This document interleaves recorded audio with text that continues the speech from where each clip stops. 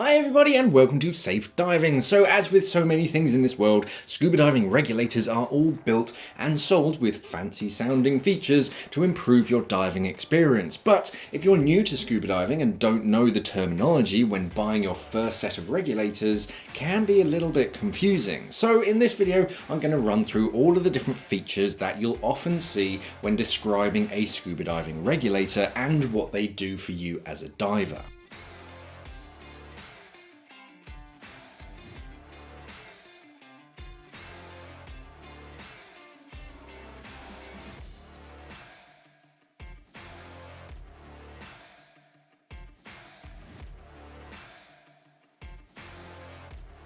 All regulators will be described as balanced, unbalanced, or overbalanced, and to describe what this means, you first kind of have to understand a little bit about what your regulator is actually doing. So your regulator takes the high pressure air from your tank and regulates it down to a manageable pressure that goes into your hoses, and this is basically where unbalanced regulators stop.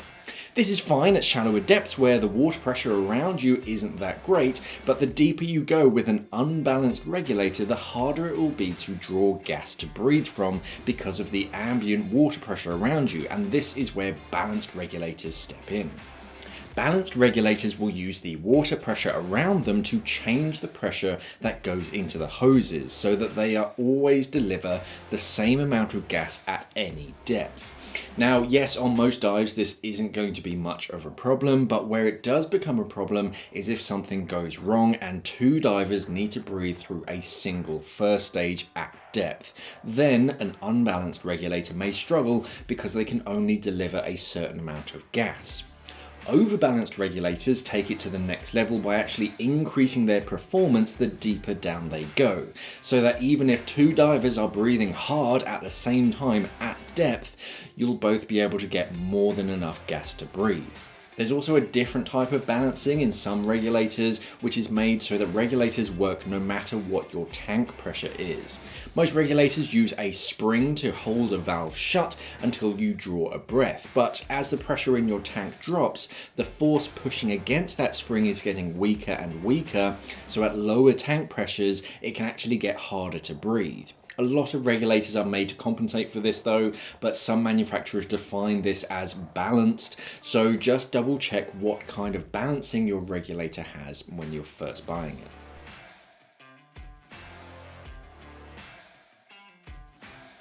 The Venturi effect occurs when gases and fluids pass through a restriction to an opening like on the inside of your second stage. The airflow inside a second stage is made for minimal resistance and turbulence, so you get a smooth, better breathe. The downside to this is that it can create kind of a vacuum on the inside of the second stage, which opens the valve further, which increases the airflow, which opens the valve more, and the whole cycle just continues. We call it an exponential free flow. And if there's water around the valve, then this can freeze the valve open, because gas going from high to low pressure gets cold, and cold water is ice. So some regulators will be fitted with a Venturi lever or a pre-dive lever. They call it something different everywhere, but what these switches do is basically redirect airflow inside the second stage so it doesn't flow straight into your mouth. Your air normally flows straight through this vent here, but with the Venturi in position, it kind of sweeps it around towards the front of the second stage and the diaphragm, which should help to close the valve if it's open for too long. Now you can dive your regulator with it switched either way, it doesn't matter, but in surface mode it'll take a bit more energy to breathe, so it's best to switch this lever to dive mode when you're actually under the water. Venturi levers are definitely worthwhile, especially on your octo, so that you don't lose all of your gas when you first jump in. At worst you might get a big puff of gas, but that'll be about it. Some regulators have fancy automatic Venturi levers that provide optimal airflow until there's too much, and that airflow turns a fin on the inside that redirects the airflow. Very clever.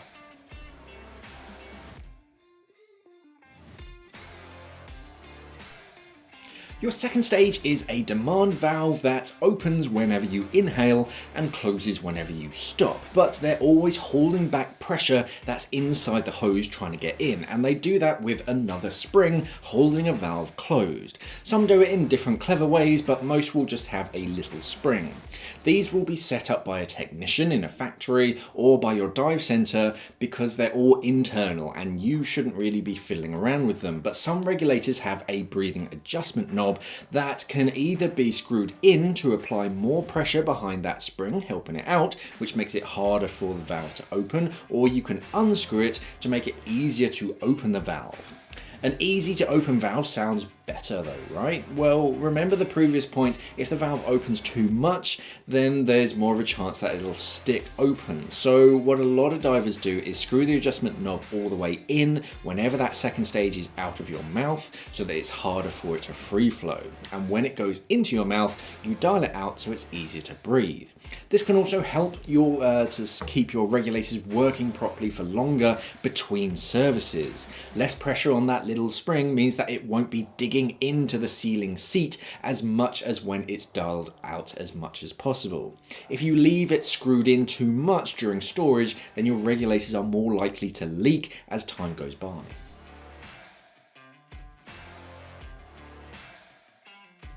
You'll often see regulators marked as environmentally sealed.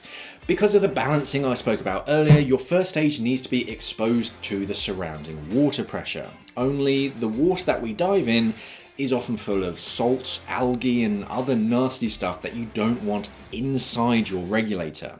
Environmentally sealing your first stage means that the nasty contaminants can't get into the working parts of your regulator, but they're often made from a softer plastic so that the pressure can still balance the regulator.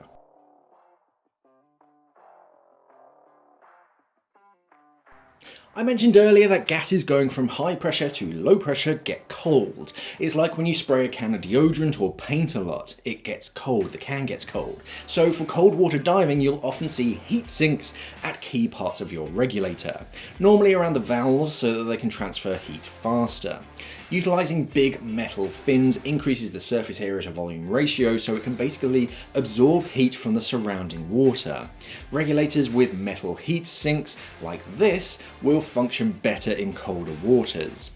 Some Mares regulators often feature a bypass tube, which is a simple little tube that basically bypasses the valve, hence the name, and exposes the air that you breathe to the water or the water temperature, warming up the gas and also improving airflow because that air doesn't mingle around inside the body of the second stage. So no matter whether you're diving in warm waters or cold waters, if you have a regulator that has lots of heat sinks or a bypass tube, then it's just going to improve the functionality of your overall regulator.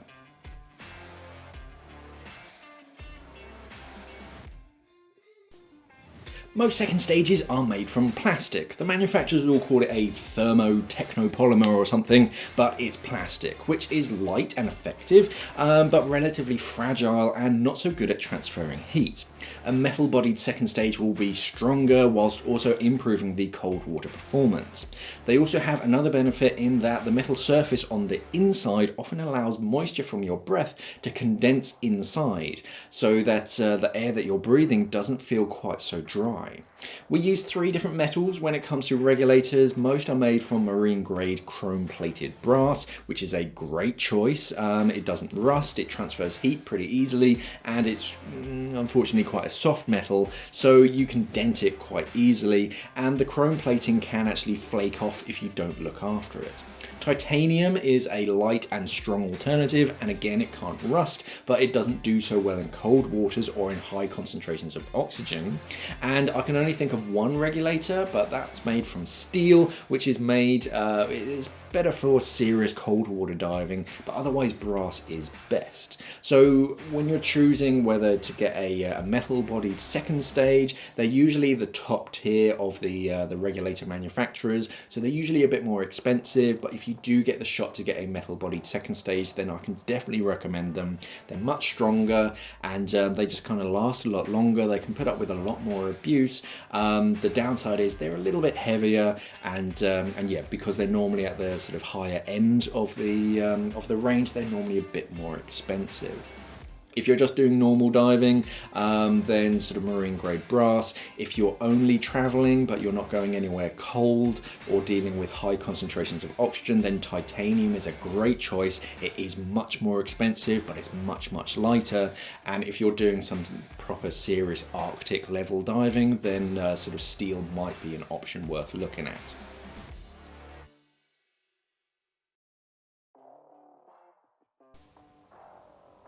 Braided hoses are becoming more and more popular as standard on sort of brand new regulators. Traditionally, you'll get a rubber hose on your regulator, which do the job just fine. We've been using rubber hoses for years, but a newer breed of hoses made by Myflex or other manufacturers are becoming the new standard because they're a lot lighter. So for traveling, you can actually save yourself a bit of weight. So yeah, I'm a fan of sort of braided hoses, but if it gets anything longer than maybe a meter long or something, then it can get quite floaty in the water, in which case I tend to switch back to rubber hoses if you can. It's that kind of trade-off between it's nice and light for travel and it's a little bit too light so it's buoyant and it floats. But more and more regulators are coming with braided hoses as standard.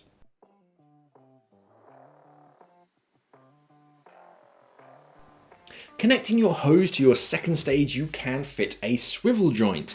Some regulators actually have one fitted as standard, but most others can be retrofitted too. What these swivels do is allow your hose to connect to your second stage at pretty much any angle, which can reduce jaw fatigue and means that your hose isn't just flapping around over your shoulder. It is important that you check them regularly though, because they're basically two hemispheres, and the more they spin, the greater the chance that they can work loose and actually separate. So it's really important that you check that they're nice and tight at all times. If they come fitted as standard by the manufacturer, then just double check sort of how easy it is to replace that hose, because one of the major pitfalls on getting a regulator that has a swivel joint fitted to the second stage is that it's not so easy to replace that hose, and it's not cheap neither. You can only replace it with exactly the same. So if you're looking to change your hose setup, you're trying to sort of fit different length hoses or different colored hoses, then you might not be able to. If you're using a retrofitted swivel joint, then yes, you definitely need to double check that it's nice and tight before every dive so it doesn't work itself loose.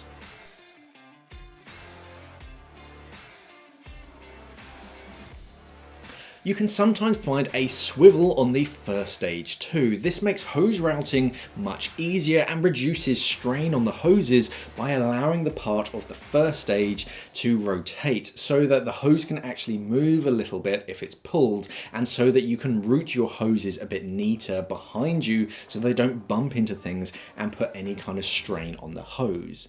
If you can get a regulator with a swiveling turret, it just means that you have a greater sort of freedom of how to route your hoses, so it's not quite so rigid and you can basically have your hoses pointing out at almost any angle.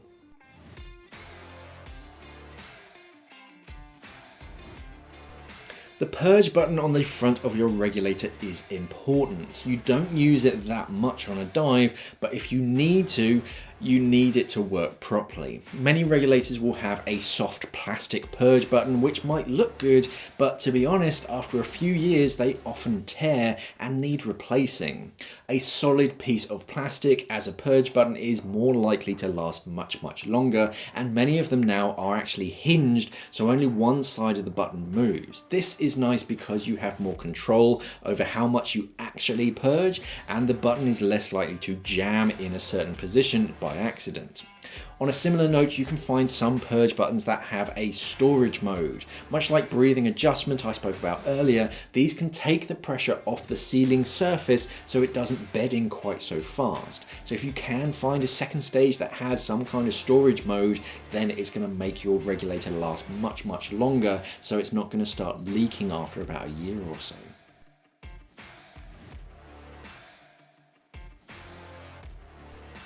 As far as I'm aware, regulators are all clean for nitrox mixes up to 40% oxygen straight out of the box. But if you're doing some serious diving, then you'll need an oxygen cleaned regulator that has special O-rings and greases that are made so that they don't react with high concentrations of oxygen. Nitrox regulators will often be bright green and yellow, the nitrox colours, so that you can't mix them up. But be aware that depending on where you are, you may need to have special fittings for nitrox regulators. These are very, very select, and it's only if you're diving gas mixes over 40%, which is beyond the kind of recreational 30-32% that most of us dive, so it's not so much an issue. And depending on where you are in the world, you might need an M26 valve fitted to your cylinder, so just double check your local regulations and what you might need for nitrox, or at least high concentrations of oxygen.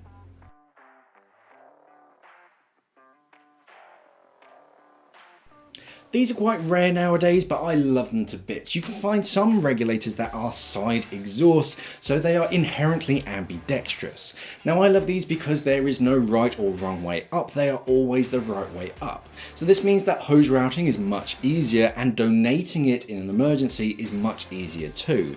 But they've kind of fallen out of fashion. The only thing you really need to know about them is that you have to tilt your head a little bit so any water on the inside of the second stage goes down to the purge, but otherwise I love them to bits. Now I'll always dive a traditional second stage, yeah, given the choice and sort of diving recreationally, yeah, I love side exhaust. It's just they're much harder to find nowadays. They've kind of fallen out of fashion. People have gone sort of down the more traditional second stage design route. But yeah, if you do ever sort of want something different, or something that's yeah, a little bit quirky and much easier to donate, then yeah, I love side exhaust second stages.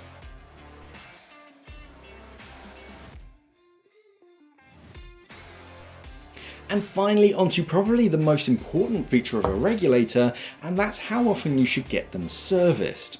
Most regulators have a 1 year or 100 dive interval, so you need to get them serviced quite often, but you can find some that have a 2 or even a 3 year service interval, saving you a lot of money in the long run. Others will have long warranties that cover certain parts, so you only have to pay for labor costs, but whatever it is, just make sure how often you need to get them serviced, how much that can cost, and also who can service them, because not all dive centers can service all brands, and if a regulator is more than 7 years old, then it's only going to get harder and harder to find replacement parts for it. But if you're stuck between 2 different regulators, then consider the service interval and the reduced running costs. If you can find a regulator like an Atomic that has 3 year service intervals, then you only have to get it serviced every 3 years, so that's going to save you 2 servicing costs. So even though they're a bit more expensive,